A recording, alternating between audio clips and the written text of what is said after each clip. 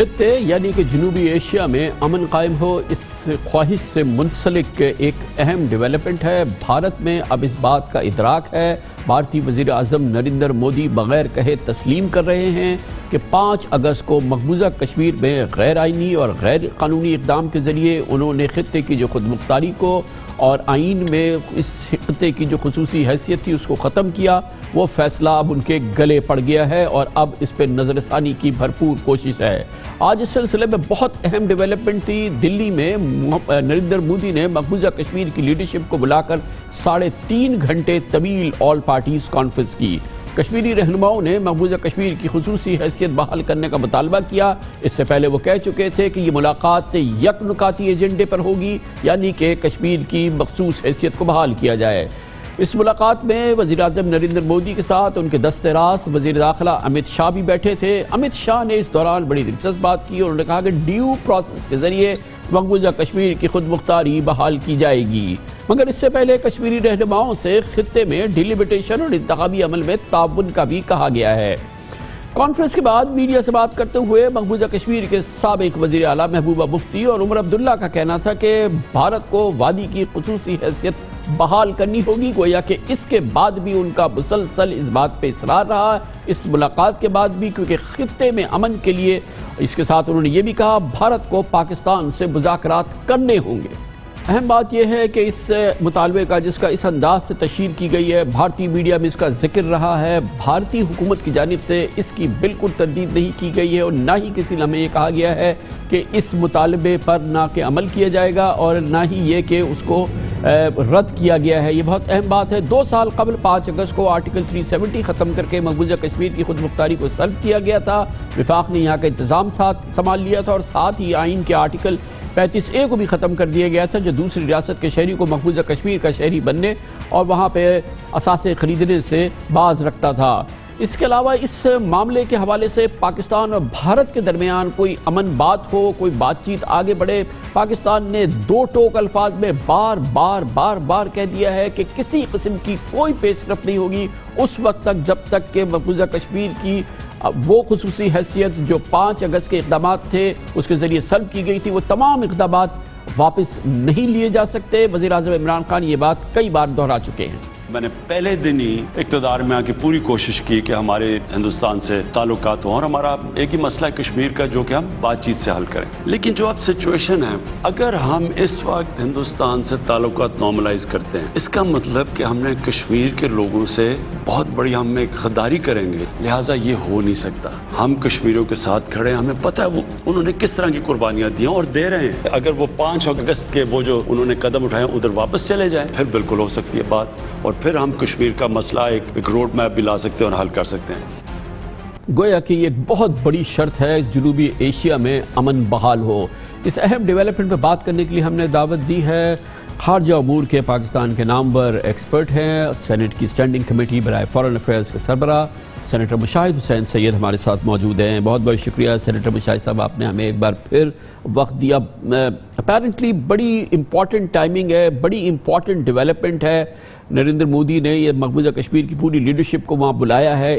یک نکاتی ایجنڈا تھا کہ آپ جو 5 اگست کے جو جتنے میجرز ہیں ان کو واپس لے اور اس کو سنا ہے۔ اپیرنٹلی کچھ ہو رہا ہے، کافی سیریس ڈیولپمنٹ ہے، اس حوالے سے آپ کیا سمجھتے ہیں؟ السلام علیکم کامران صاحب اور آپ کے ویورز کو بڑا السلام علیکم میری طرف سے۔ میں سمجھتا ہوں یہ بڑی امپورٹنٹ بات ہے، تاریخی بات ہے، کیونکہ بیسکلی ہندوستان کی بہت بڑی پسپائی ہوئی ہے۔ انہوں نے 5 اگست 2019 کو جو فیصلہ کیا تھا اس کو تو نہ پاکستان نے قبول کیا، نہ کشمیری عوام نے قبول کیا اور نہ بین الاقوامی برادری میں بھی اس کو ہضم نہیں کیا گیا اور اس کے بارے میں تنقید آپ نے دیکھا امریکہ سے بھی آئی اور اب آپ نے دیکھا کہ یہ سچویشن چینج ہوگی جیو پولیٹیکلی بھی۔ اور آپ نے یہ بھی سنا کہ مودی نے پیغام دیا پاکستان کو کہ میں بات کرنے کو تیار ہوں یہ جنوری 2021 میں پاکستان کے ساتھ ہر ایشو پر بشمول کشمیر۔ اور اس کا ٹائمنگ دیکھ لیں کیونکہ امریکہ میں ایک نئی حکومت آ گئی بائیڈن کی، گو کہ بائیڈن کے تعلقات اچھے ہیں ان کے ساتھ، لیکن امریکہ میں ایک لابی ضرور ہے کانگریس میں بھی جو سمجھتی ہے کہ انسانی حقوق کی خلاف ورزیاں جو ہندوستان کر رہا ہے مسلمانوں کے خلاف اور کشمیریوں کے خلاف وہ قابل قبول نہیں۔ پھر جو ہندوستان نے چین سے مار کھائی، 2 دفعہ ان کا کلیشز ہوئے، مئی 2020 میں اور جنوری 2021 میں، تو ہندوستان کو خوف ہو گیا یہ 2 فرنٹ سچویشن کا. اور پھر علاقائی صورتحال دیکھ لیں کہ جو کشمیر میں لاک ڈاؤن ہو گیا، اس میں ایک آواز سے، چاہے آل پارٹیز حریت کانفرنس ہو یا چاہے وہ جو ہندوستان کے ساتھ جو ملنے والی سیاسی جماعتیں جس میں آج محبوبہ مفتی صاحبہ یا عمر عبداللہ صاحب بھی شامل ہوں، سب کا ایک ہی موقف تھا کہ سٹیٹس کو ان ایکسیپٹیبل ہے. تو مودی کی پھر کرونا وائرس پینڈیمک میں بھی کافی برا حال رہا، اکانومی بھی برے حال میں ہے.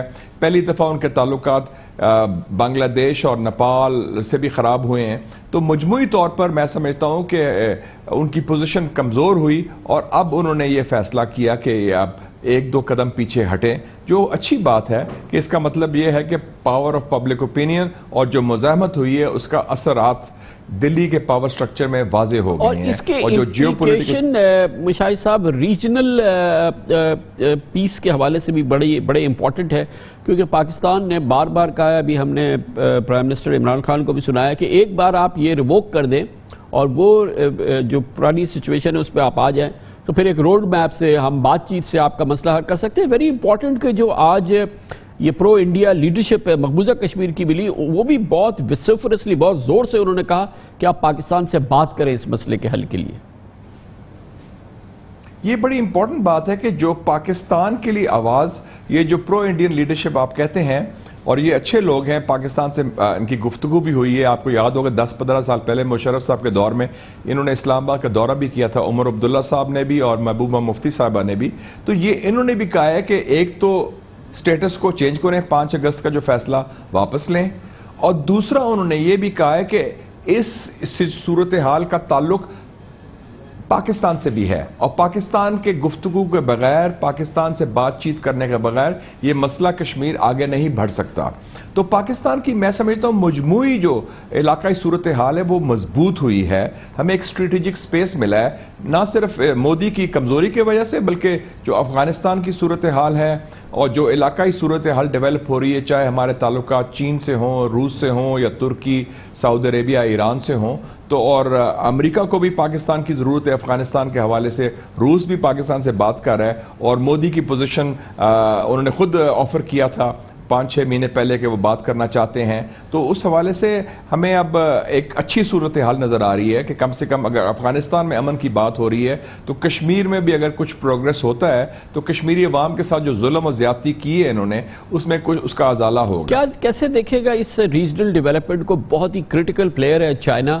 انڈیا پاکستان میں بات چیت ہو، کوئی بریک تھرو ہو جائے کسی قسم کا. اور دوسری جانب ایک امپورٹنٹ بات یہ ہے کہ اس ساری ڈیولپمنٹ سے پہلے 2 مہینے سے زیادہ عرصے سے ایل او سی پہ مور اور لیس کمپلیٹ سیز فائر جو ہے وہ برقرار ہے اور دونوں طرف کی جو فورسز ہیں انہوں نے بڑا اس پہ پیشنس ظاہر کیا ہے اور طویل عرصے کے بعد یہ خاموشی ہم نے دیکھی ہے. چائنا اس کو کیسے دیکھے گا اس ڈیولپمنٹ کو؟ ایک تو ہمیں چائنا کا شکریہ ادا کرنا چاہیے کہ چائنا نے جو پھینٹی لگائی ہندوستان کی فوج کی 2 مرتبہ، مئی 2020 میں، اور ہندوستان کو بہت بڑا شاک پہنچا تھا. اور پھر جنوری کو بھی 20 جنوری 2021 کو جس دن صدر بائیڈن نے ٹیک اوور کیا تو اس سے بھی ہندوستان کو ایک نیا خدشہ پیدا ہوا کہ 2 فرنٹ پر سچویشن پیدا ہو جائے گی. اور اس پچھلی سردیوں میں بھی چین نے ملٹری دباؤ ہندوستان پر رکھا اور چین اور پاکستان کی بڑی قربت بھی ہے. پچھلے نومبر چینی ڈیفنس منسٹر بھی پاکستان آئے تھے. تو اس حوالے سے چائنا تو پہلے بھی کہہ چکا ہے کہ جو بھی تنازع ہوں، چاہے چین کے ہوں ہندوستان کے ساتھ یا ہندوستان کے ہوں پاکستان کے ساتھ، ان کا واحد حل ایک ہی ہے، سیاسی اور گفتگو کے ذریعے، ڈائلاگ کے ذریعے. تو چائنا تو اس کو بڑا ویلکم کرے گا اور مثبت انداز سے دیکھے گا. اور میں سمجھتا ہوں باقی امریکہ بھی اور روس بھی اور جو باقی بھی قوتیں ہیں وہ بھی اس کو ویلکم کریں گی. لیکن یہ بڑا واضح ہونا چاہیے کہ پہلی دفعہ ہم دیکھ رہے ہیں کہ ہندوستان اور نریندر مودی کی حکومت ایک پوزیشن آف ویکنس سے بات کر رہی ہے. تھینک یو سو مچ. بہت بہت شکریہ سینیٹر مشاہد حسین سید ہمارے ساتھ موجود تھے، سینٹ میں فورن افیئرز کمیٹی کے اسٹینڈنگ کمیٹی کے سربراہ. Commercial break. کورونا وبا نے دنیا میں کروڑوں افراد کو غربت کی لکیر سے نیچے پھینک دیا. پاکستان میں حکومت کے احساس پروگرام نے اسی دوران غریب ترین طبقے کو صاف شفاف عمل کے ذریعے مالی سہارا فراہم کیا. یہ بہت بڑا سہارا تھا جسے دنیا بھر میں سراہا گیا ہے اور دنیا کے کئی مالیاتی بڑے ادارے اسے چوتھا بہترین پروگرام بھی قرار دیتے ہیں۔ احساس پروگرام کو مزید مؤثر بنانے کے لیے حکومت اور اقدامات کر رہی ہے۔ اسی حوالے سے اس ماہ اسلام آباد میں پہلے ون ونڈو احساس سینٹر کا قیام ہوا تھا، جہاں سے مستحقین کو ایک ہی چھت تلے احساس پروگرام کی تمام سہولیات و خدمات تک رسائی ملے گی۔ ایسے مراکز اب پاکستان کے دیگر شہروں میں بھی کھولے جائیں گے۔ اس سینٹر میں مستحقین کے لیے سماجی تحفظ کے وظائف، تعلیمی وظائف، بیت المال، انفرادی مالی امداد مرکز سمیت کئی دیگر سہولیات کو عوام تک بآسانی پہنچایا جا سکے گا۔ اسی سینٹر میں نادرہ اور شراکتی بینکوں کی برانچز بھی موجود ہوں گی اور سینٹر سے ہی رقم کی وصولی سے متعلق مسائل فوری طور پہ حل ہو جائیں گے۔ مسائل کے حل میں دیر کی صورت میں سینٹر میں ہی دسترخوان سے مفت کھانا اور دوسرے شہر سے آئے ہوئے افراد کے لیے پناہ گاہ میں رات بسر کرنے کا انتظام ہوگا۔ مرکز سے پناہ گاہ تک لے جانے کے لیے مفت بس سروس بھی ہوگی۔ احساس کیش پروگرام کے پہلے مرحلے میں پچھلے سال 1 کروڑ 48 لاکھ گھرانوں میں 1 خرب 79 ارب روپے تقسیم کیے گئے تھے۔ پروگرام کے دوسرے مرحلے میں مزید 80 لاکھ گھرانوں کا اضافہ کیا گیا ہے۔ یہ پاکستان کے غریب ترین لوگوں کا یقیناً اللہ تعالیٰ کے بعد سب سے بڑا سہارا ہے، یقیناً ایک بہت کامیاب پروگرام ہے۔ اس کی سربراہ وزیر اعظم کی معاون خصوصی محترمہ ثانیہ نشتر ہمارے ساتھ موجود ہیں۔ بہت بہت شکریہ ثانیہ نشتر صاحبہ۔ یہ بتائیے گا، یہ پروگرام تو ہم نے اس کی کچھ بتائی تفصیلات کیا ہے، تھوڑا سا مجھے لگا کہ کچھ زیادہ کمپلیکیٹڈ ہے، کچھ زیادہ چیزیں اس میں آ گئی ہیں۔ پرہیپس آپ زیادہ اس کو بہتر طریقے سے ایکسپلین کر سکیں کہ یہ جو ایک چھت کے نیچے سب کچھ کرنے جا رہے ہیں، یہ کیا ہوگا، کیسے کام کرے گا؟ سب سے پہلے تو کامران صاحب بہت شکریہ اپنے پروگرام میں بلانے کا۔ احساس پروگرام میں 14 قسم کے جو ضرورت مند گروپس ہوتے ہیں ان کے لیے پروگرامز ہیں۔ جیسے کہ آپ نے دیکھا ہوگا، انتہائی غریب، انتہائی مستحق گھرانوں کے لیے، ان کی خواتین کے لیے احساس کفالت پروگرام ہے، بچوں کے وظائف کا پروگرام ہے، جو حاملہ خواتین ہیں اور سٹنٹڈ ان کے لیے احساس نشو نما ہے، پھر جو لوگ اپنا کاروبار چلانا چاہتے ہیں ان کے لیے احساس بلا سود قرضے کا پروگرام ہے، احساس آمدن کا پروگرام ہے، صحت سے متعلق احساس تحفظ کا پروگرام اب حتمی سطح پہ پہنچ چکا ہے نیشنل اپ اسکیلنگ کے لیے۔ اس کے لیے احساس اسکالرشپ کا پروگرام ہے اور دیگر کئی پروگرامز احساس کے دائرہ کار میں کام کرتے ہیں۔ 14 جیسے کہ میں نے ابھی کہا 14 قسم کے ضرورت مند لوگوں کے لیے، تو ان سے متعلق شکایات کا نظام ہے، ان سے متعلق انفارمیشن کا پورا ایک ایکو سسٹم ہے اور ان سے متعلق جو ہے ہم بہت قسم کی سروسز بھی ہوتی ہیں۔ تو یہ تمام چیزیں جو ہے یہ ڈیفرنٹ ونڈوز سے ابھی تک ایگزیکیوٹ ہو رہی تھیں۔ تو ہم نے سب سے پہلے تو ایک ون ونڈو سینٹر کا جو کانسیپٹ ہم لائے ہیں کہ تمام سروسز ایک ہی ونڈو سے، ایک ہی سینٹر سے، ایک ہی چھت تلے لوگوں کو ملا کریں، نمبر 1۔ دوسرا تو یہ تو احساس ون ونڈو کا جو کانسیپٹ ہے اس کا ایک ستون ہے۔ دوسرا اس کا جو ستون ہے وہ کنسالیڈیشن آف ڈیجیٹل انٹرفیسز ہے، یعنی کہ ایک ہی جگہ سے لوگوں کو تمام سروس انٹرفیسز بھی ملیں، ان کو تمام انفارمیشن انٹرفیسز بھی ملیں۔ تیسرا جو اس کا ستون ہے وہ ایک ایپ ہے، یعنی کہ صرف آن لائن چیزیں اویلیبل نہ ہوں مگر ایپ کی صورت میں بھی لوگوں کو ہمارے سینٹرز تک رسائی بھی ہو، ہمارے سروس پوائنٹس تک ان کو پتہ بھی چلے کہ وہ کہاں ہیں، اور ایپ کے ذریعے بھی والنٹیئرز لوگوں کی معاونت کر سکیں۔ چوتھا جو کمپوننٹ ہے ون ونڈو احساس کا وہ ایک ڈیٹا شیئرنگ کا نظام ہے۔ جیسے کہ آپ کو معلوم ہوگا احساس کا جو سروے، جو ایک ملک گیر سروے ہے جو پچھلے 2 سال سے چل رہا ہے، وہ اب حتمی مراحل میں ہے، 94% وہ اب کمپلیٹ ہے۔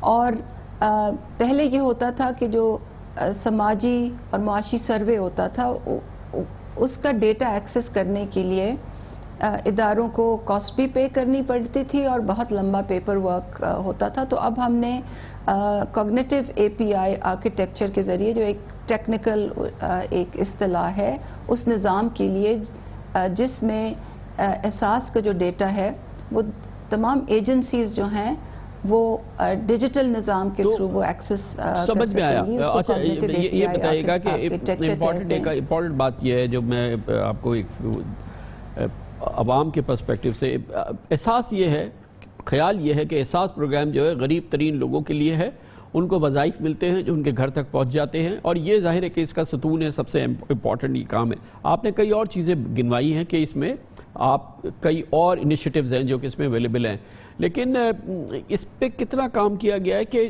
اس کی اویئرنیس ہو؟ امپورٹنٹ بات یہ ہے کہ ایک عام آدمی جس کے لیے پروگرام ترتیب دیے گئے ہے، ایک عام پاکستانی جو مختلف علاقوں میں ہے، اور ظاہر ہے کہ وہ اس لیول کی اس کی اویئرنیس نہیں ہے کہ اس تک اس کو کم از کم پتہ تو ہو کہ اس کے لیے کیا سروسز اویلیبل ہیں اس احساس پروگرام کے ذریعے. اس پر کتنا فوکس ہے آپ کا؟ دیکھیں جی، ہم کافی طریقوں سے لوگوں تک اپنی میسج پہنچانے کی کوشش کرتے ہیں، کیونکہ جو لوگ ہمارے سروے میں حقدار ٹھہرائے جاتے ہیں ان کی بہت انٹائٹلمنٹس ہیں، ان کے لیے بہت سے پروگرامز ہیں، اور اب ہمارا چیلنج یہ ہے کہ ان سے زیادہ ان تک میسج پہنچے تاکہ وہ سروسز اویل کریں. ریڈیو پہ میسیجنگ کرتے ہیں، ہم فیس بک کے تھرو میسیجنگ کرتے ہیں، اور لوکلی کمیونٹی کے تھرو میسیجز شیئر کرتے ہیں. جب کبھی ریلیونٹ ہوتا ہے تو ٹیلی ویژن پہ بھی ایڈورٹائزنگ کرتے ہیں، مسجد میں اعلانات کرتے ہیں. اب ہم فیس بک کے تھرو زیادہ سے زیادہ میسیجنگ پہ ریلائنس ہماری ہو رہی ہے، کیونکہ وہ زیادہ اچھی طرح سے انفارمیشن ڈسیمینیشن ہوتی ہے، گراس روٹس لیول تک پہنچتی ہے. پھر ڈسٹرکٹ ایڈمنسٹریشن سے ہم مدد لیتے ہیں. چیف سیکرٹریز کے واٹس ایپ گروپس ہیں جو اے سیز تک، تحصیلداروں تک وہ واٹس ایپ کے تھرو لوگوں کو وہ ریچ آؤٹ کرتے ہیں. تو ہر کمیونیکیشن وہیکل جو ہے اس کو ہم استعمال کرتے ہیں. اب ہم والنٹیئرز کے تھرو بھی کوشش کر رہے ہیں کہ ایک والنٹیئر پروگرام یہ بتائیے گا ڈاکٹر صاحب کہ یہ جو ہے ثانیہ صاحبہ کی یہ بڑا ایک فلیگ شپ پروگرام ہو گیا ہے گورنمنٹ کا، دنیا میں بھی جو اس قسم کے تمام ادارے ہیں ان کی بھی وہ بھی بڑا اس کو پسند کر رہے ہیں. انٹرنیشنل انٹرسٹ کتنا آپ کو اس حوالے سے ملا ہے، اور کتنے جو انٹرنیشنل باڈیز ہے وہ آئی نو کہ وہ چاہتی ہیں کہ ایسے پروگرام کا حصہ بنے، اس کا انٹرنیشنل رسپانس اگر بریفلی ہمیں بتائیں؟ جی، انٹرنیشنل رسپانس تو اس کا بہت اچھا ہے ایکسپیرینس شیئرنگ کے حوالے سے. اور ابھی 7 جولائی کو ہم جو پاکستان کا پرماننٹ مشن نیو یارک میں ہے وہ بھی ایک اسپیشل سیشن کر رہا ہے اسی حوالے سے، ایکسپیرینس شیئرنگ کے حوالے سے، اور اس کو اگزامپل بنا کے ایک گلوبل کال ٹو ایکشن بھی ایشو کر رہا ہے. مگر میں کامران صاحب تھوڑا سا جو پہلے میں وضاحت کرنا چاہ رہی تھی، میں اگر آپ اجازت دیں تو میں یہ بتاتی چلوں کہ جو احساس ون ونڈو ہے وہ صرف سینٹر اور ڈیجیٹل سروسز اور ایپ کا نام نہیں ہے، اس میں ڈیٹا شیئرنگ کا ایک بڑا امپورٹنٹ کمپوننٹ ہے. اور ڈیٹا شیئرنگ میں جو عوام کی جو انٹرسٹ کی بات ہے وہ یہ ہے کہ پہلے حکومتی نظام میں یہ پتہ نہیں ہوتا تھا کہ کس نے حکومتی نظام، سماجی تحفظ کے نظام میں کہاں سے بینیفٹ لے لیا ہے. اور ہمیشہ ہم یہ دیکھتے تھے کہ جو با اثر لوگ ہوتے تھے، جن کی سیاسی تعلقات یعنی کہ اب ہوتے تھے، وہ تو ہر ڈپلیکیشن جگہ یا سے ملٹیپلیکیشن نہیں ہو پائے گی، ڈپلیکیشن نہیں ہو پائے گی، اور وہ ہر حقدار کو صرف اسی کو اس کا حق ملے گا، اور 2 بار 3 بار کسی فراڈز کے ذریعے اس کا فائدہ نہیں اٹھا سکے گا کوئی دوسرا آدمی. جی ہاں، کیونکہ ڈیٹا سے ویزیبلٹی ہوگی. جب آپ کسی کا شناختی کارڈ نمبر ڈالیں گے، جو بھی ایجنسی ڈالے گی اس کو پتہ چلے گا کہ نمبر 1 ان کی انٹائٹلمنٹ کیا ہے، اور نمبر 2 وہ کس ایجنسی سے کیا بینیفٹ لے رہے ہیں. تو یہ ون ونڈو سروسز کا جو بیک اینڈ ہے جو کسی کو نظر نہیں آتا، سامنے تو صرف سینٹر نظر آتا ہے، ڈیجیٹل پلیٹ فارمز نظر آتے ہیں، جو بیک اینڈ پہ جو ایکسٹینسو کام ہوا ہے پچھلے 2 سال سے، اس کی بہت افادیت ہے. Thank you so much doctor Sania Nishtar ہمارے ساتھ موجود تھی کمر سے. آپ دیکھ رہے ہیں خبروں، تبصروں اور تجزیات پر مبنی پاکستان کا سب سے معتبر نیوز شو دنیا، کامران خان کے ساتھ. پچھلے کئی گھنٹوں سے پاکستان کی سب سے بڑی خبر یہ ہے کہ پاکستان مسلم لیگ نون کے قائد اور سابق وزیر اعظم نواز شریف کی ایون فیلڈ اور العزیزیہ میں تمام سزائیں بحال ہو گئی ہیں. ان کی طبی ضمانت پر رہائی اور سزا معطلی کا عدالتی ریلیف ختم ہو گیا ہے، اور آج اسلام آباد ہائی کورٹ نے ایون فیلڈ اور العزیزیہ ریفرنس میں نواز شریف کی سزاؤں کے خلاف اپیلوں کو خارج کر دیا ہے۔ بہت ہی گرم سچویشن ہے جناب نواز شریف کے لیے۔ آج جسٹس عامر فاروق اور جسٹس محسن اختر کیانی نے نواز شریف کی اپیلوں پر کل سماعت کے بعد فیصلہ محفوظ کیا تھا، جو جاری آج کیا گیا ہے۔ بینچ نے تحریری فیصلے میں لکھا کہ نواز شریف کو پہلے ہی اشتہاری اور مفرور قرار دیا جا چکا ہے۔ ان کے مفرور ہونے کی وجہ سے درخواستیں خارج کرنے کے سوا کوئی آپشن نہیں۔ عدالت نے فیصلے میں قرار دیا کہ نواز شریف عدالت کے سامنے سرنڈر کر دیں یا واپس آ کر گرفتار ہو جائیں تو اپیلیں بحالی کی درخواست دے سکتے ہیں۔ نواز شریف نے العزیزیہ اور ایون فیلڈ ریفرنس میں سزا کالعدم کرانے کی اپیل دائر کی تھی، تاہم متعدد نوٹسز کے باوجود وہ عدالت میں پیش نہیں ہوئے اور اب ان کی بنیادی اپیل خارج ہونے کے بعد نواز شریف کو حاصل سابقہ تمام عدالتی ریلیف ختم ہو گئے ہیں۔ ایون فیلڈ ریفرنس میں نواز شریف کی سزا سپٹمبر 2018 سے معطل تھی۔ العزیزیہ ریفرنس میں نواز شریف کو اکتوبر 2019 میں 8 ہفتوں کی طبی بنیاد پر ضمانت ملی تھی اور جس کے 20 مہینوں سے وہ لندن میں علاج کے لیے مقیم ہے، اور یقیناً وہ جس بنیاد پہ ان کو ضمانت ملی تھی وہ اب خارج ہو چکی ہیں۔ پوری صورتحال میں بات کریں گے ممتاز ماہر آئین و قانون جناب سلمان اکرم راجہ ہمیں جوائن کر رہے ہیں۔ بہت بہت شکریہ سلمان اکرم راجہ صاحب۔ بہت ہی گرم سچویشن ہے فارمر پرائم منسٹر کے لیے اور نون لیگ کے قائد کے لیے، مگر اس کے علاوہ تو کوئی آؤٹ کم ہونا نہیں تھا، اور ظاہر ہے کہ یہ کہ نواز شریف صاحب اس کے لیے تیار تھے، کیونکہ آبویسلی عدالت جیسے کہہ رہی ہے کہ اس کے علاوہ کوئی اس کے پاس آپشن نہیں تھا، اور مگر اب جو کچھ ہو گیا ہے یہ کافی گرم ہے ان کے لیے کافی بہت ہی سیریس معاملہ ہے، تشویشناک صورتحال ہے۔ جی کامران صاحب، تشویشناک ہے بھی، لیکن ایک امکان کی کرن بھی جو ہے وہ اس فیصلے میں موجود ہے۔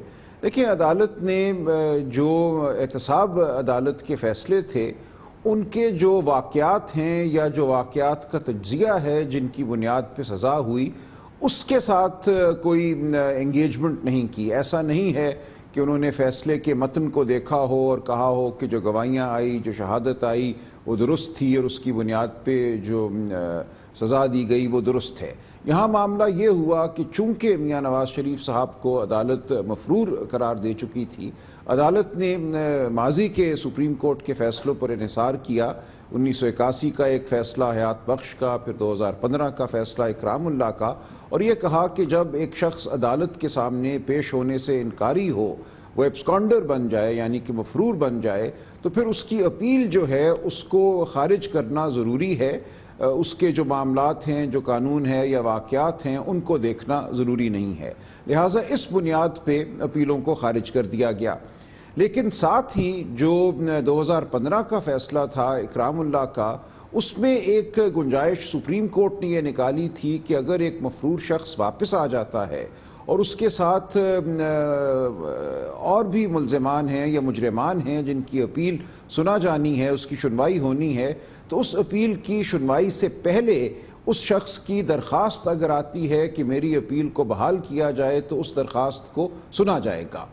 آج اسلام آباد ہائی کورٹ نے 2015 کے سپریم کورٹ کے فیصلے کو ایک طرح سے آگے بڑھایا ہے، کیونکہ یہاں اگر تو ان کے ساتھ شریک مجرمان ہیں اور ان کی اپیل ابھی سنا جانا باقی ہے، تو ایک گنجائش نکل آئی کہ وہ اگر واپس آ جاتے ہیں اور درخواست دیتے ہیں تو ان کی اس درخواست کو قانون کے مطابق دیکھا جائے گا۔ یہ ضمانت کوئی نہیں ہے کہ ان کی درخواست قبول ہوگی اور ان کی اپیل کو ضرور بحال کیا جائے گا۔ عدالت نے یہ کہا ہے کہ اگر درخواست دیتے ہیں تو قانون کے مطابق درخواست کا جائزہ لیا جائے گا، اور وہ بھی یعنی کہ دیکھا جائے گا کہ کیا کوئی معقول وجہ تھی۔ لامتناہی تو چھوٹ نہیں ہے، جیسے کہ آپ نے جو تشریح کی کہ جو ان کے شریک ملزمان ہیں اگر ان کی اپیل کا فیصلہ نہیں ہوتا، جیسے جو اس کیس میں مریم نواز صاحبہ ہیں یا کیپٹن صفدر صاحب ہیں، تو اگر ان کے مقدمات کا فیصلہ نہیں ہوتا اس دوران وہ اپیل اگر کرتے ہیں تو پھر دیکھا جا سکتا ہے، گویا کہ ان کے پاس کوئی ان لمیٹڈ ٹائم نہیں ہے کہ وہ جب چاہیں واپس آئیں اور جب چاہیں اپیل کر دیں کہ جی کہ میں نہیں تھا۔ ایسا تو نہیں ہے؟ جی بالکل آپ درست فرما رہے ہیں، ایسا ہرگز نہیں ہے، اور جب بھی وہ واپس آ کے درخواست دیتے ہیں ان کو کوئی معقول وجہ بتانا ہوگی کہ کیوں وہ عدالت کے بارہا بلانے کے باوجود پیش نہیں ہوئے، اور آج جو فیصلہ آیا ہے اس فیصلے کے آنے سے پہلے ان کی جو غیر حاضری ہے اس کی کوئی معقول وجہ بتانا ہوگی۔ تو یہ بتائیے گا کہ جب تک وہ نہیں ہوتا اس وقت تک ان کی کیفیت 2 کیسز کے سزا یافتہ، مفرور، اشتہاری، ہائی کورٹ سے ڈکلیئرڈ، یہ تمام چیزیں جو ہیں، یہ جو اس وقت ان کی قانونی کیفیت ہے، یہ بھی تو انتہائی تشویشناک ہے۔ جی ظاہر ہے اس وقت اب یہی صورتحال ہے، اور جب بھی وہ وطن واپس لوٹتے ہیں تو اسی حیثیت میں وہ واپس لوٹیں گے۔ گویا کہ وہ واپس آئیں گے تو یقینی طور پہ وہ گرفتار ہوں گے پہلے تو۔ جی کیونکہ سزا بحال ہو چکی ہے، اور واپس آ کر ہی اب ان کو اگر کوئی بیل یا سسپینشن کی درخواست دینا ہے تو وہ دے پائیں گے۔ تو ایئرپورٹ سے عدالت تک جو پہنچنے کا راستہ ہے، اس دوران اگر تو اس وقت عدالت کوئی ان کو ریلیف دیتی ہے تو وہ دوسری بات ہے، ورنہ قانون کے مطابق جو ہے وہ گرفتاری ہوگی۔ اور یہ آج جو فیصلہ ہوا ہے، کیونکہ وہ برطانیہ میں رہتے ہیں، برطانیہ کے ظاہر ہے کہ وہاں کا اپنا قانون، وہاں کا نظام انصاف ہے، اس پر اطلاق ہوگا۔ جو آج فیصلہ، کیونکہ اب یہ ہائی کورٹ کی جانب سے فیصلہ ہو گیا ہے، بحال ہو گئی ہے، ایبسکانڈڈ ڈکلیئر ہیں، یہ ساری چیزیں ہیں، میجر کانوکٹ ہیں، ان کا جو اسٹیٹس ہے برطانیہ میں وہ اس سے کچھ مزید کشیدہ ہوگا، اس میں کوئی پرابلم آ سکتے ہیں؟ دیکھیں اس کا تو انحصار برطانیہ کے قوانین پہ ہے اور وہاں کے جو ادارے ہیں۔ بظاہر آج تک تو ایسا ممکن نہیں ہو سکا کہ ان کی واپسی کو ہماری حکومت ممکن بنا سکتی۔ آئندہ بھی میرا خیال ہے یہ شاید ممکن نہ ہو، کیونکہ ایک طرح سے اس تمام معاملے کے ارد گرد ایک سیاست کا ایک آپ کہہ لیجئے ایک عنصر بھی ہے۔ لہٰذا برطانیہ کے حکام اور ان کی عدالتیں اس معاملے کو کیسے دیکھتی ہیں یہ وقت بتائے گا، لیکن ایسا نہیں ہے کہ آج کے فیصلے کی وجہ سے ضرور وہ آنن فانن ان کو ہمارے حکام کے حوالے کر دیں گے اور کہیں گے کہ اب آپ واپس جائیے۔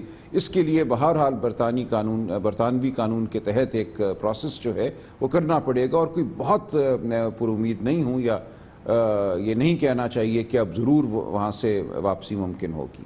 لیکن اسی دوران جب تک وہ یہاں سے نہیں گئے تھے، اسلام آباد ہائی کورٹ میں جو ان کی بریت تھی اس کے خلاف اپیل تھی، مگر ان کو جو سزا ہوئی تھی اس کے خلاف بھی اپیل تھی، اور ایک روبسٹ لیگل سسٹم میں وہ فائٹ کر رہے تھے اپنا کیس، اور ان کی اپیلز چل رہی تھی۔ اس کے بعد وہ گئے، اور اس کے بعد مسلسل عدالت کے بلانے کے باوجود، جتنی مدت کے لیے وہ گئے تھے، وہ تمام مسائل کے باوجود انہوں نے اپنے آپ کو ڈیفینڈ نہ کرنے کا جو فیصلہ کیا، اس لحاظ سے یقیناً یہ ایک اس کی بڑی کاسٹ ہے، اور پھر ظاہر ہے کہ اس کے نتیجے میں کنوکشن ہو گئی، پھر اس کے حوالے سے پھر پولیٹیکل کیریئر اور تمام معاملات جو ہیں وہ ایک بڑی ہیوی کاسٹ ہے اس کی۔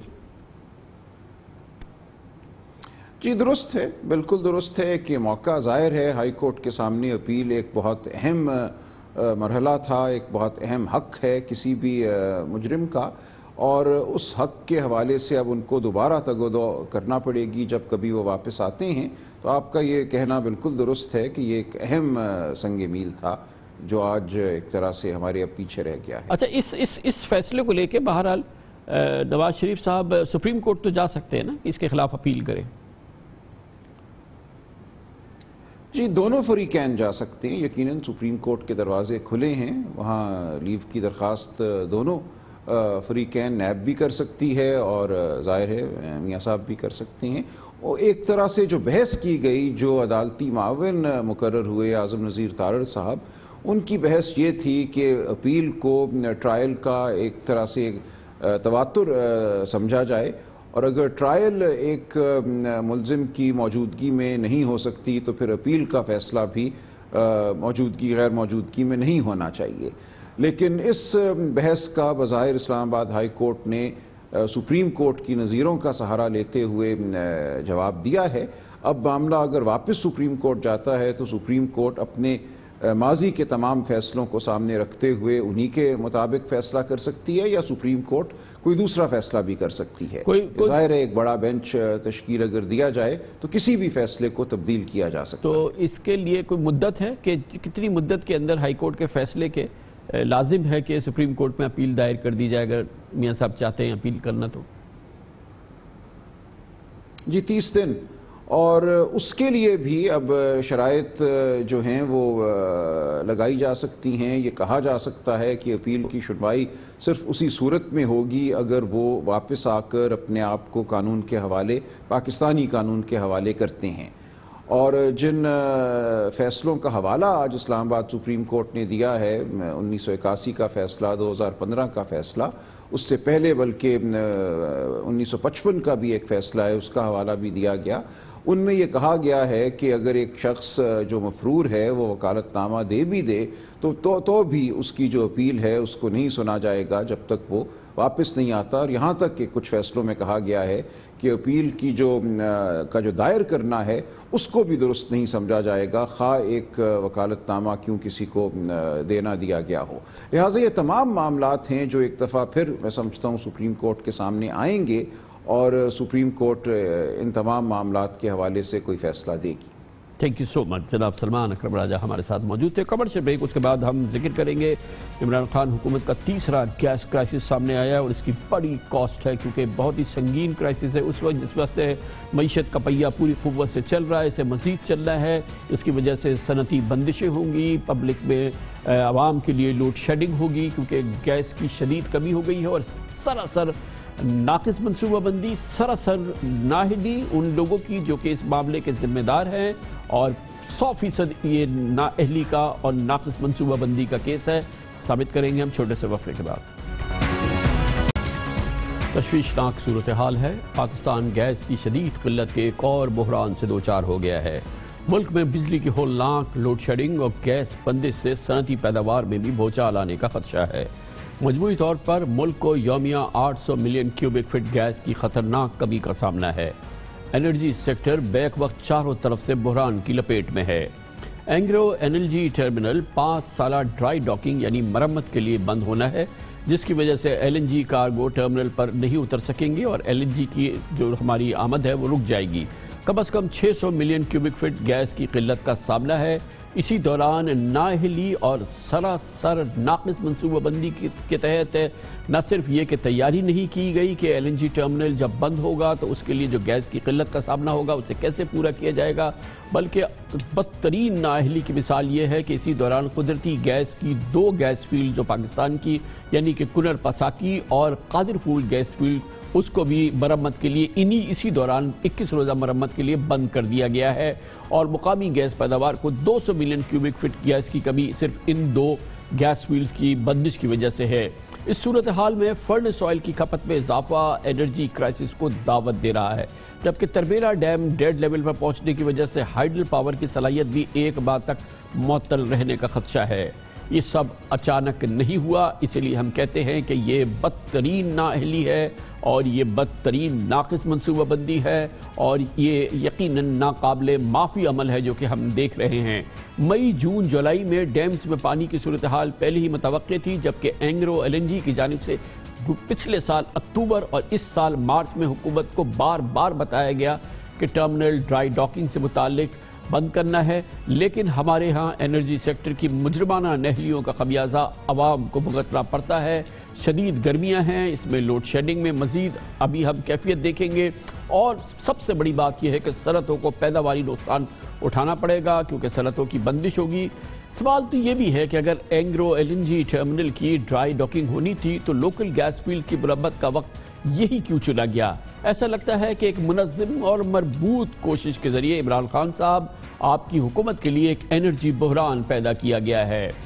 پاور ڈویژن نے پچھلے سال اکتوبر میں سیکٹری توانائی کو مراسلہ لکھ کر نشاندہی کر دی تھی کہ نیشنل پاور کمپنی نے جون, جولائی, اگست اور سپٹمبر میں یومیہ 900 million cubic feet R L N G کی درخواست ہے, اور 10 روز پہلے سیکٹری پیٹرولیم کو خط لکھ کر آئی پی پیز اور پاور جنریشن پلانٹس کے لیے اضافی فرنس آئل امپورٹ کرنے کے لیے این او سی مانگی تھی, لیکن حکومت نے کسی قسم کا متبادل انتظام نہیں کیا.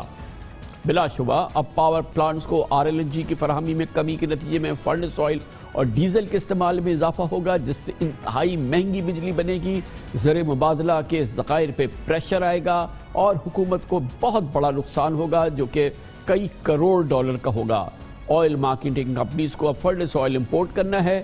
پہلے ہی عالمی منڈی میں خام تیل مہنگا ہو چکا ہے، جبکہ اب اندھا دھند ٹینڈر کے نتیجے میں ملک کو ڈالرز میں بڑی بڑی ادائیگیاں کرنی ہیں، جس کا بوجھ اور کوئی نہیں صرف عوام ہی اٹھائیں گے، اور ہمارے زر مبادلہ کے ذخائر گردشی قرضوں میں بھی یقیناً اضافہ ہوگا۔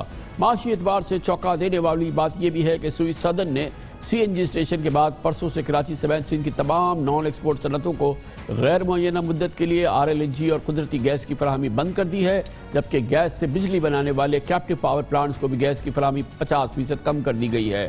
سوئس سدرن نے انڈسٹریل ایسوسی ایشن کو اپنے خط میں لکھا ہے کہ کمپنی کو گیس کی اشد کمی کا سامنا ہے اور اسے اپنی مجموعی انڈسٹریز کے سامنے جو کیفیت ہے، انہوں نے کہا کہ صنعت کار اپنے مسائل کے حوالے سے اب خود ذمہ دار ہو، گویا کہ اس وقت پاکستان کی صنعتی پیداوار بری طرح سے متاثر ہو رہی ہے، اور صنعت کار اور پاکستان کے جو اس سے منسلکہ اسٹیک ہولڈرز ہیں وہ بہت ناراض ہے۔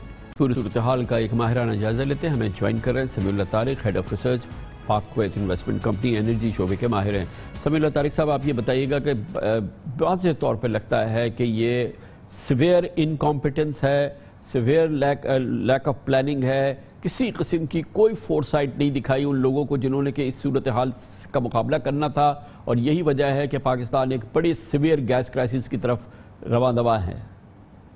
دیکھیں، اس میں دو تین چیزیں، ایک تو پلاننگ اور کوارڈینیشن کا ایشو تو رہا ہے، دوسرا آپ یہ دیکھیں کووڈ کی وجہ سے جون 19 جب اس کی اوریجنل پہلی جو ڈرائی ڈاکنگ شیڈیول تھی وہاں سے یہ ڈیلے ہوئی ہے، اور اس کے بعد 2 دفعہ انگرو بھی یہ نہیں کر پایا کیونکہ انجینئرز اویلیبل نہیں تھے۔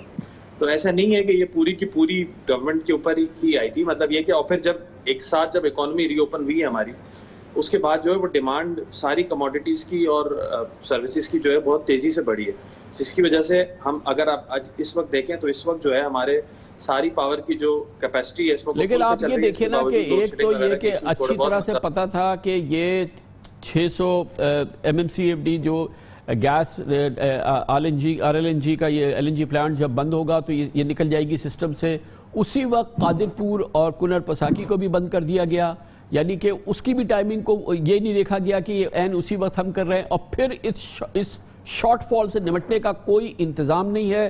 ہمیں یہ بتایا گیا کہ دوسرا جو ہمارا LNG ٹرمینل ہے اس کے پاس تقریباً 200 MMCD کی جو کیپیسٹی تھی وہ موجود تھی، حکومت نے اس کو استعمال نہیں کیا، اور ان گنت دوسری چیزیں ہیں جو ثابت کر رہی ہیں کہ بہت بڑی نااہلی ہوئی ہے اور بہت ہی ناقص منصوبہ بندی تھی۔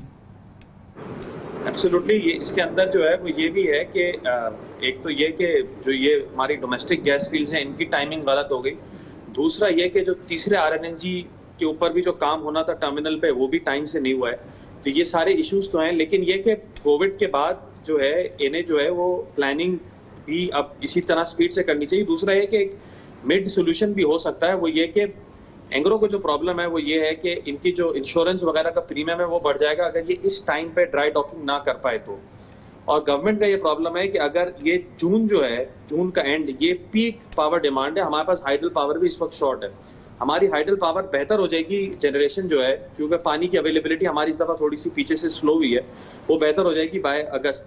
تو اگر یہ کسی طرح اس مینٹیننس کو اگست تک لے جائیں کچھ پارٹ ٹائم مینٹیننس کر کے یہاں پہ، تو ہوپ فلی ہم جو ہے اس کو اگست تک لے جائیں گے، اور اگست میں ہمارے پاس جب ہائیڈل پاور ایکسیس ہوگی تو ہم اس کو 7-8 دن کا جو گیپ ہے جو 600 MMCFD والا اور یہ جو 200-250 MMCFD جو قادر پور اور کنار پساکی ڈیپ کے مینٹیننس کی وجہ سے جو آف ہو رہا ہے یہ اس وقت تک فل ہو جائے گا، تو ہم جو ہے یہ واپس آن ہو جائیں گی، تو ہم جو ہے یہ اگر اگست میں لے جائیں تو ہوپ فلی ہم کافی حد تک اس سچویشن کو اوائڈ کر سکتے ہیں۔ بہت بہت شکریہ، سمیع اللہ طارق ہمارے ساتھ موجود تھے۔ اب اس پر حکومت کی رائے حاصل کرتے ہیں۔ ہماری بڑی کوشش تھی کہ وزیر اعظم معاون خصوصی برائے پاور جناب تابش گوہر ہمیں جوائن کرتے اس پروگرام میں، لیکن باوجود اس پروگرام میں شامل نہیں ہو سکے۔ ہمیں جوائن کر رہے ہیں جناب اسد عمر، وفاقی وزیر منصوبہ بندی اور ترقیات۔ اسد عمر صاحب چیئرمین ہیں کابینہ کمیٹی برائے توانائی کے۔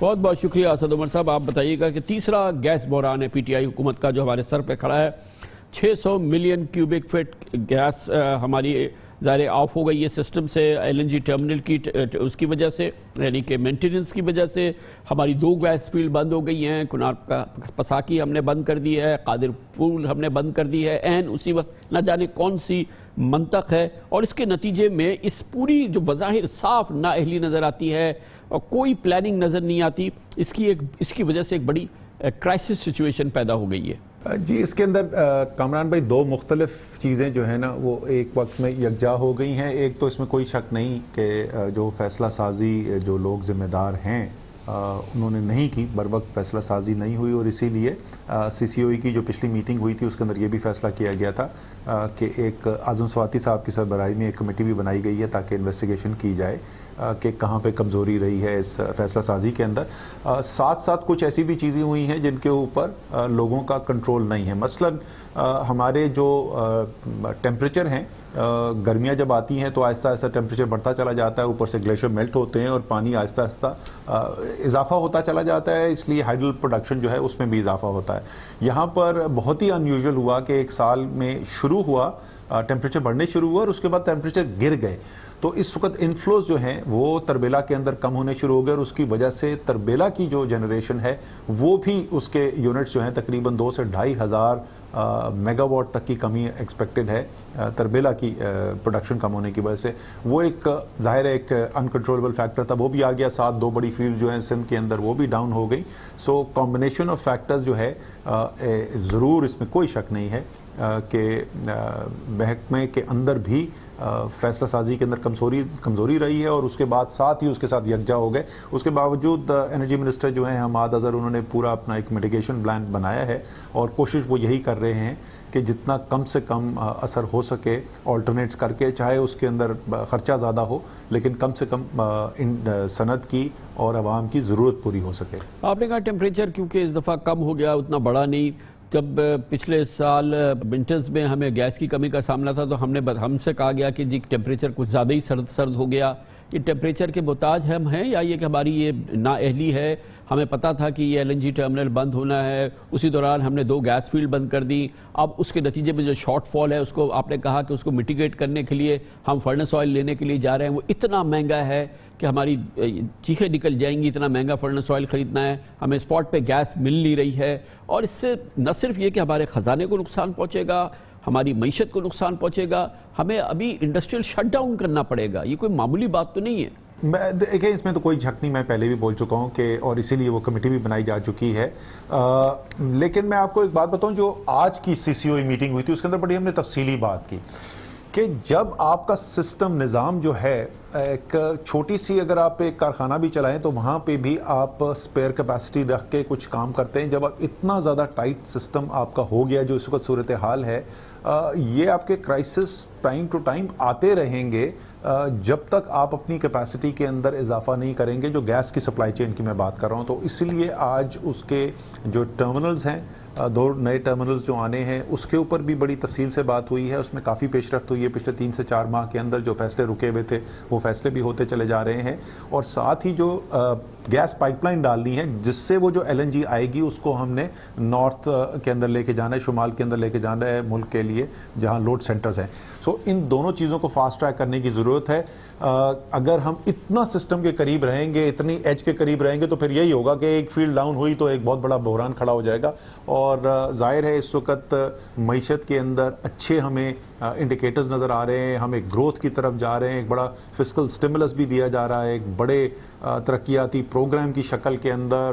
اس کے علاوہ فائنانس منسٹر جو ہیں وہ گراس روٹ پہ بزنس کو بڑھانے کے لیے ایک بڑی لیکوڈیٹی انجیکشن کر رہے ہیں. تو یہ سب ہوتے ہوئے یہ لازم ہے کہ ہماری جو انرجی کی سپلائی چین جو ہے وہ کہیں اس کے آڑے نہ آئے کہ یہ جو گروتھ ہمیں نظر آ رہی ہے جو انشاءاللہ ہوگی اس کے اندر کوئی خلل پیدا ہو. تو یہ آج بڑی تفصیل سے سی سی او ای کے اندر یہ بات ہوئی ہے، اور 2 ہفتے شاید دیے گئے ہیں جو متعلقہ منسٹریز ہیں. بھائی یہ بتائیے گا کہ یہ تو متعلقہ وزارت تو بات کرنے کی تیار نہیں، یہ جو فورم ہے جس کو آپ لیڈ کرتے ہیں کیبنٹ کمیٹی آن انرجی، اس کا کتنا اختیار ہوتا ہے؟ آپ کتنی مانیٹرنگ کرتے ہیں؟ کیونکہ یہ سب کچھ بالکل نظر آ رہا تھا. اس دوران ہم نے یہ دیکھا ہے کہ جو دوسرا ٹرمنل ہمارا ایل این جی ٹرمنل ہے اس کی 200 MMCFD کی کیپیسٹی تھی جو ہم نے استعمال نہیں کی. ہمیں معلوم تھا کہ آگے شارٹ فال ہو رہا ہے مگر ہم نے اس کو ضائع کر دیا، ہم نے اس کو استعمال نہیں کیا. اس کی کیپیسٹی پیمنٹ بھی ہم دیں گے. غضب خدا کا کیا صورتحال ہے. اور پھر اس کے علاوہ اس کے لیے تیاری نہیں، اس کے لیے کسی قسم کی کوئی اس کو کیسے مینج کرنا ہے. تو یہ آپ لوگوں کی یعنی کہ آپ کے لیول پہ سی سی او ای کی کا علاقہ نہیں تھا کہ جس کو کہ اس کی نگاہ ہوتی اور وہ پھر متعلقہ ڈپارٹمنٹ کو کہتا کہ خدارہ جلدی کرو اور ان چیزوں پہ نگاہ ہوتی ہے اس کی؟ کوئی بھی کابینہ کی جو کمیٹیز ہیں وہ کمیٹیز جو ہیں وہ ایگزیکٹو اختیار نہیں رکھتی اور وہ ایک آپریشنل کام کے اندر مداخلت کر بھی نہیں سکتی. ان کا کام ہے پالیسی سازی کے اندر فیسیلیٹیٹ کرنا. بیسکلی سب کمیٹیز بنتی ہیں کہ کابینہ کے اندر جو فیصلہ جائے وہ فیصلہ ایک اچھی طریقے سے ڈیبیٹ ہو کے اور پرکھ کے وہاں پر لے جایا جائے. سو وہ پالیسی ریلیٹڈ فورمز ہیں, وہ آپریشنل فورم نہیں ہیں. جہاں تک اس کی گیس کی بات کر رہے ہیں, یہ میں نے کل سوال انرجی منسٹر سے پوچھا تھا اور انہوں نے مجھے یہ بتایا کہ اس پیریڈ کے اندر جس کے اندر یہ ایک ہفتے کے لیے ڈرائی راکنگ کی وجہ سے آپ کے پاس ایک ٹرمنل اویلیبل نہیں ہوگا یا لمیٹڈ کیپیسٹی میں اویلیبل ہوگا, تو جو دوسرا ٹرمنل ہے اس کی پوری کیپیسٹی یوٹیلائزیشن کرنے کے لیے گیس ارینج کر لی گئی ہے. تو وہ 600 کے بجائے 750 MSCFD وہاں سے گیس لے کے آئیں گے. یہ کل ہی میں نے ان سے پوچھا تھا اور انہوں نے اس کا مجھے جواب دیا. بہت بہت شکریہ اسد عمر صاحب. آپ اگر ہمارے ساتھ برائے مہربانی رہیں, کیونکہ آپ سے ہمیں ایک اور موضوع ہے, وہ یہ کہ کراچی کے تعمیراتی منصوبے, ترقیاتی منصوبے ہمیں بتائے گئے ہیں کہ کراچی کے لیے باقاعدہ ٹھوس رکھے گئے ہیں جن پہ عمل ہوگا اس سال بھی, یعنی کہ اس آئندہ مالی سال میں اور اس کے آئندہ مالی سال میں. اس کی ہمیں تفصیلات آپ سے لینی ہے ایک چھوٹے سے وقفے کے بعد.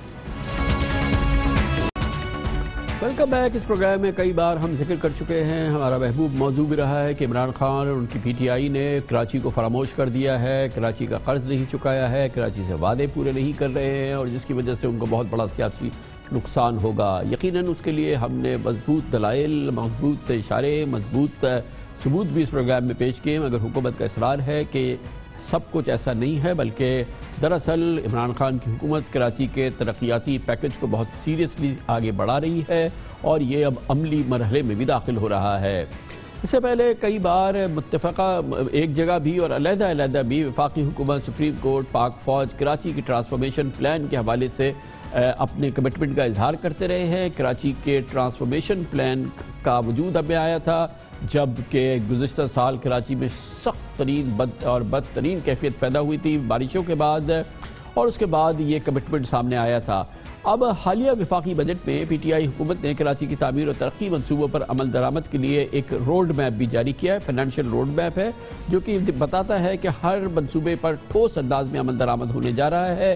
ہر منصوبے کی لاگت اور مختص رقم کی بجٹ میں تفصیلات جو رکھی گئی ہیں وہ بھی شیئر کی گئی ہیں, اور یہ کہا گیا ہے کہ وفاق براہ راست یہ رقوم خرچ کرے گا اور کراچی کے ترقیاتی منصوبے بہت جلد نظر آئیں گے. وفاقی حکومت کی جانب سے آئندہ 3 برسوں میں کراچی ٹرانسفارمیشن پلان کے تحت 614 ارب روپے خرچ کیے جائیں گے. وزیر اعظم عمران خان کراچی کے ترقیاتی منصوبوں پر کرپشن فری عمل درآمد چاہتے ہیں. وزیر اعظم عمران خان نے پچھلے سال 5 ستمبر کو دورہ کراچی میں 1100 ارب روپے کے کراچی ٹرانسفارمیشن پلان کا اعلان کیا تھا, جس کے تحت کراچی میں ٹرانسپورٹ, سرکولر ریلوے, سڑکوں کی مرمت, پانی کی فراہمی و نکاسی, نالوں کی صفائی, کچرا اٹھانے اور سالڈ ویسٹ مینجمنٹ کے 100 منصوبے 3 مراحل میں مکمل ہوں گے. اب وفاقی بجٹ 2021-22 کے تحت وفاق اور صوبائی حکومت مل کر ٹرانسفارمیشن پلان پر کام کریں گے. آئندہ 3 برسوں میں پلان کے تحت 614 ارب روپے خرچ کیے جائیں گے. Karachi green line bus system کے لیے 2 ارب 99 کروڑ روپے مختص کیے گئے ہیں. بجٹ دستاویز کے مطابق کراچی میں water supply, sewerage, solid waste management کے 34.5 ارب کے منصوبے پہلے سے جاری ہیں. ان میں محمود آباد نالہ اور گجر نالے کے لیے 18.6 ارب روپے کا بجٹ ہے. اورنگی نالہ, لیاری اور ملیر کے ندی نالوں کے لیے 16.3 ارب روپے مختص ہیں. کراچی سرکولر ریلوے فیز 2 کے لیے ترقیاتی بجٹ میں 1 ارب روپے مختص کیے گئے ہیں. کراچی سرکولر ریلوے فیز 2 پر مجموعی طور پر 8 ارب 70 کروڑ لاگت آئے گی. K4 greater water supply scheme کے لیے 15 ارب 11 کروڑ روپے مختص کیے گئے ہیں. ملیر لنک روڈ پر انٹرچینج کی تعمیر کے لیے 1 ارب روپے رکھے گئے ہیں. Green line bus rapid transit system کے لیے 2 ارب 99 کروڑ روپے مختص کیے گئے ہیں. پلان کے تحت جدید بسوں میں ٹرانسپورٹ آلات نصب ہوں گے. بجٹ دستاویز کے مطابق کراچی میں جام چاکروں سے بنارس تک منگو پیر روڈ کی تعمیر نو کے لیے 55 کروڑ روپے اور نشتر روڈ اور منگو پیر روڈ کی تعمیر نو کے لیے 44 ارب روپے مختص کیے گئے ہیں. اب اس کی مزید حقیقت جانیں گے. کراچی کے تمام معاملات کے وزیر اعظم کے سب سے امپورٹنٹ فوکل پرسن جناب اسد عمر ہیں, جو وفاقی وزیر برائے منصوبہ بندی بھی ہیں. کراچی کے حوالے سے اسد عمر صاحب کی کلیدی حیثیت ہے. بہت بہت شکریہ. اسد عمر صاحب بتائیے گا, ہمیں ٹرانسفارمیشن پلان کی تفصیلات ابھی عوام کے ساتھ شیئر کیے, یہ بتائیے گا, اور یہ آپ کی وزارت نے تیار کی ہے کہ ہمیں ایکچول بتائیے کہ اس سال کیا کیا رول آؤٹ ہو جائے گا؟ کراچی والے کیا دیکھیں گے گراؤنڈ پہ؟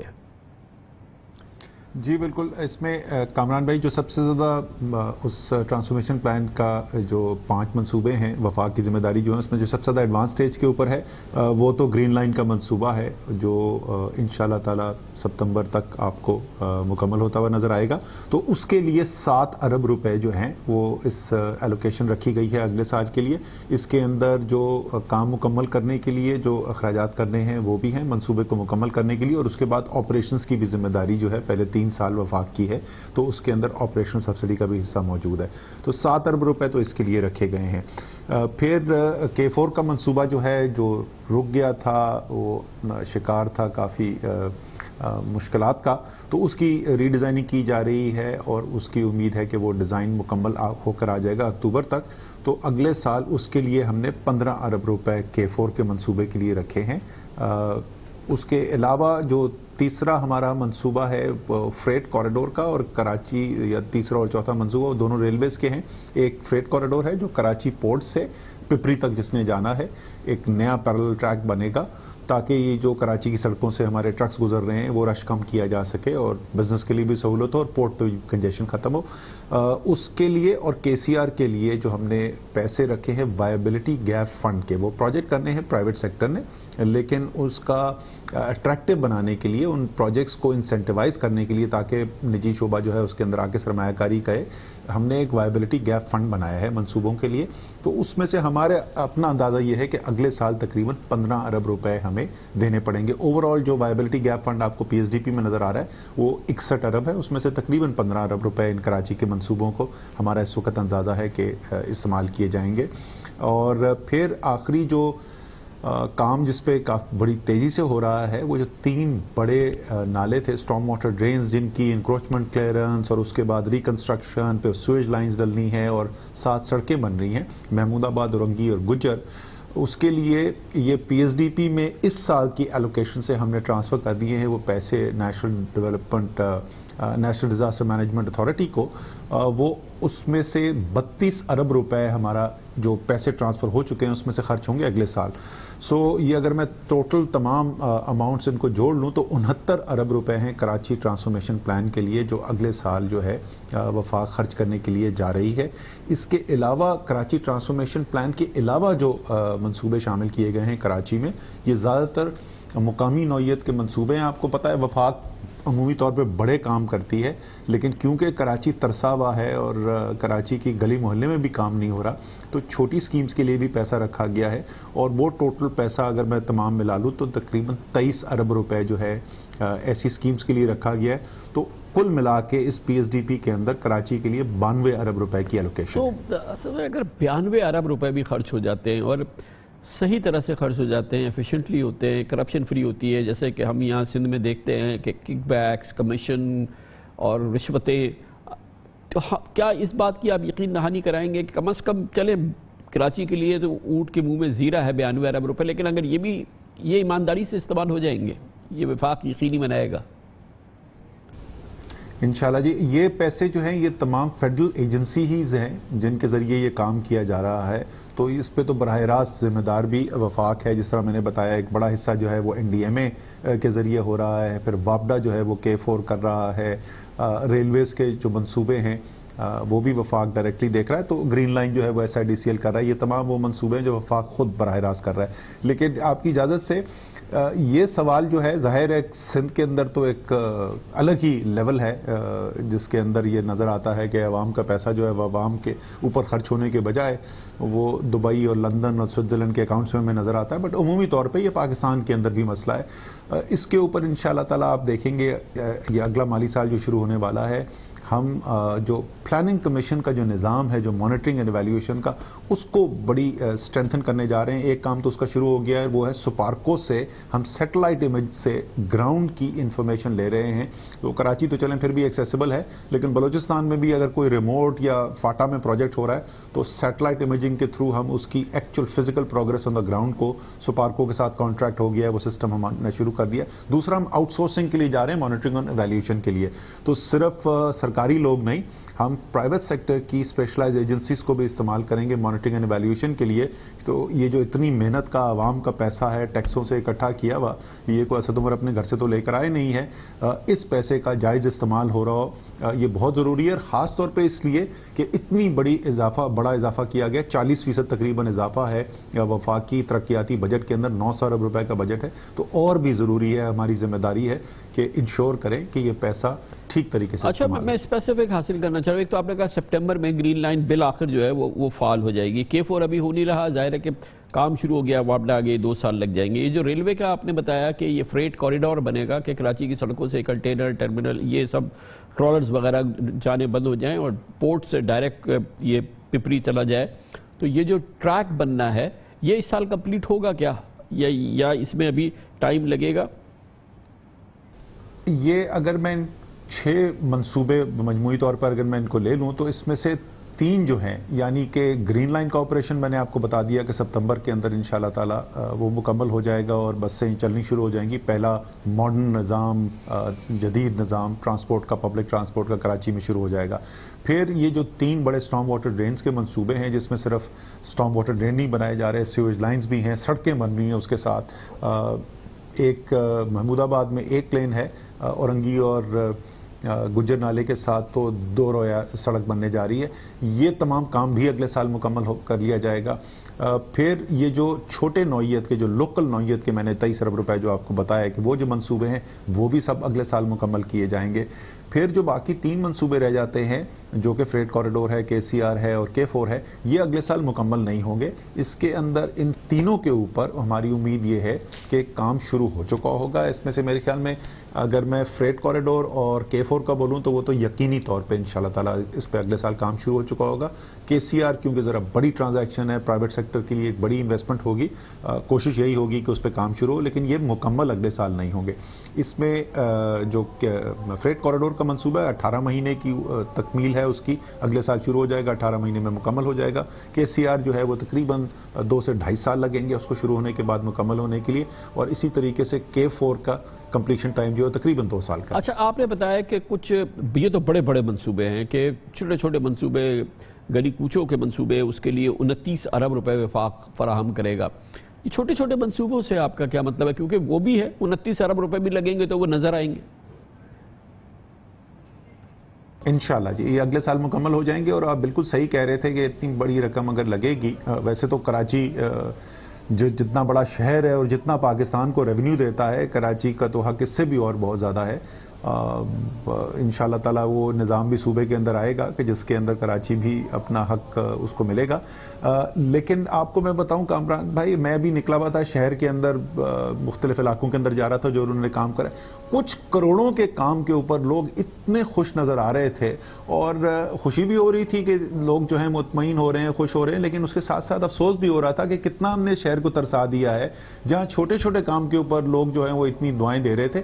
تو انشاءاللہ تعالیٰ یہ جو 23 ارب روپے ہیں, یہ جب زمین پر لگے گا اگلے سال, آپ کو نظر آئے گا. آپ ہر علاقے کے اندر جائیں گے تو آپ کو نظر آئے گا کہ کراچی کے اندر کام ہو رہا ہے. اللہ کرے ایسا ہو. بہت بہت شکریہ, بہت شکریہ جناب اسد عمر ہمارے ساتھ تھے. اس کے ساتھ ہی ہمارے آج کے پروگرام کا اختتام ہوتا ہے. کل آپ سے پھر ملاقات ہوگی انشاءاللہ. کل تک کے لیے کامران خان کو اجازت. اللہ حافظ ناصر.